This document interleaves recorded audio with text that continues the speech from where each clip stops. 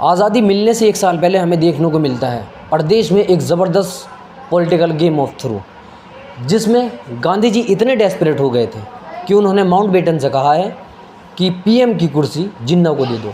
लेकिन 1946 के बाद जिन्ना के पास एक भारी पावर आ चुकी थी। लेकिन एक्शन डे की हादसे की शुरुआत थी।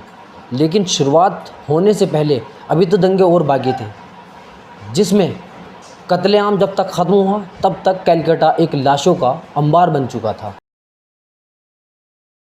लेकिन पंडित जी द्वारा कहे जाना मीडिया के सामने ये गलत साबित हुआ। बात है सन 1946।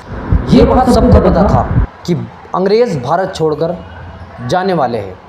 लेकिन एक सवाल ये भी था कि अंग्रेज़ भारत छोड़कर जाने वाले हैं। लेकिन एक सवाल ये भी था, क्या भारत को आज़ादी मिलेगी? 4 बड़े पॉइंट इसमें आते हैं, जैसे क्विक इंडिया मूवमेंट, जिसमें गांधी जी की लीडरशिप में एक आवाज़ पर गांधी जी की खड़े हो गए।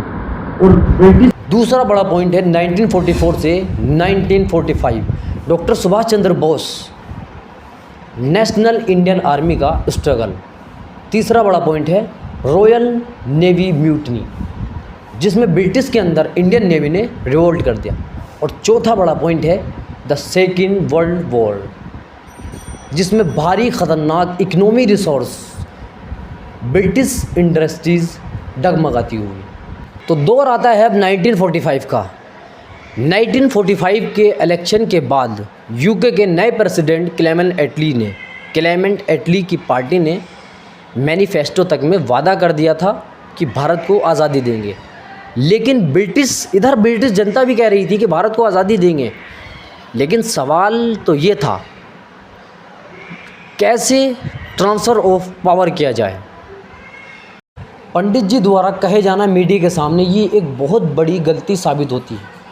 लेकिन मोहम्मद अली जिन्ना एक्शन डे का ऐलान करते हुए कहते हैं या तो भारत की तबाही होगी या फिर भारत का बंटवारा। बताऊंगा आपको उस आखिरी एक साल के बारे में।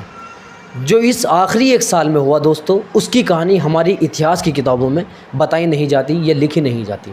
लेकिन हज़ारों सोर्सेज और डॉक्यूमेंट के आधार पर माउंटबेटन ने हज़ारों चिट्ठी लिखी। लेकिन 2 नाम आए फेमस राइटर के। नंबर 1 डोमिन लेरी एंड लैरी कोलैप्स ने अपनी किताब में लिखा, जिसका नाम है फ्रीडम एट मिडनाइट।